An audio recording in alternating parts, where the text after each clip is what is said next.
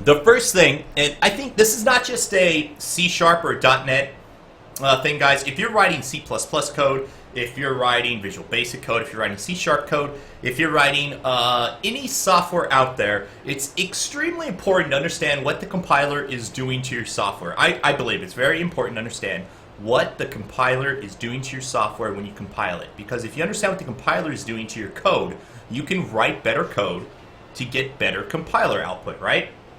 And .NET is no different than doing it at C++. When we do that in C++, obviously we compile our code. We go and inspect the assembly. Hopefully you can read assembly if you're developing C++ code and you want to get to that level of optimization. And I'm not saying you should go write assembly.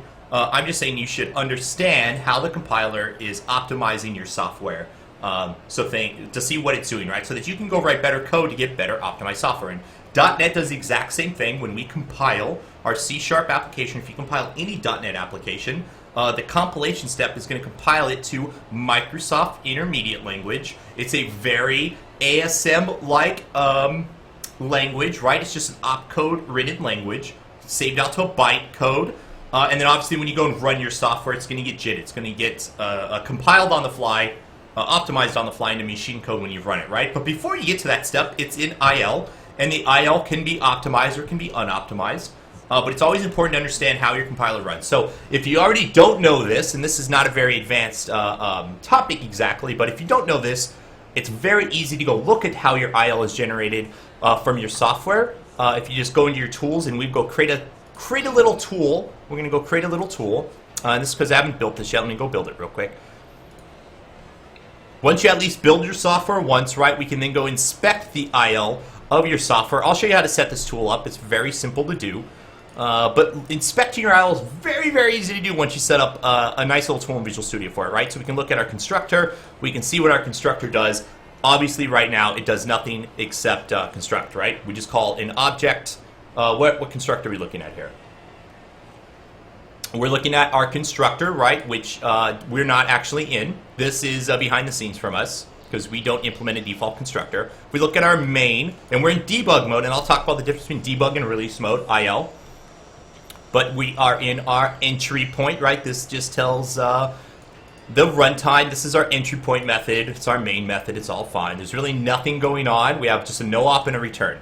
And why do we have no ops in here? Because we're in debug mode. No ops get scattered throughout your IL for debug purposes. If we do a release mode, which I'll show you in a second, no ops will go away, right? No ops don't do anything, but you don't want them in your IL and release mode.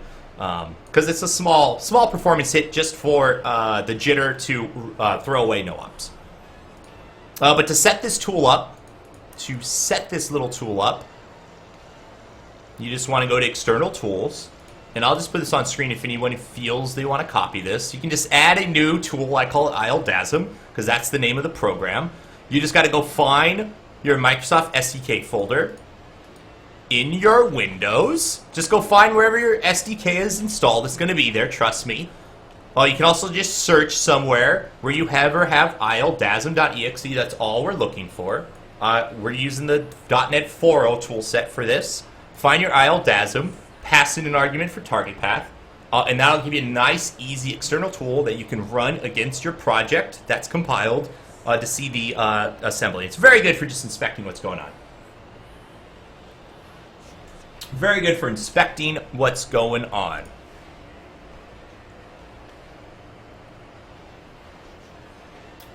Raven Dole, it's fine if you're a newbie, my friend. Hopefully you learned something.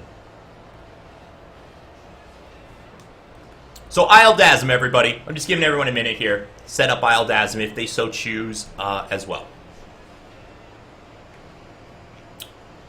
I love me some ILDASM, guys.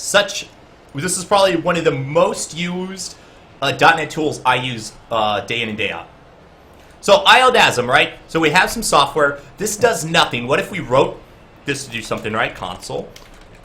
Right line. I love my little Hello World apps. Your very basic first C# app you probably wrote. Little Hello World, right? We'll go and compile that. Once we compile it, we can go look at our ILDASM. And we go find our main method. And now instead of this just being a no op and a return, we actually finally have some IL code, right? And this looks, while this is not assembly, It's not too far off from what you would see in ASM or 8086 assembly.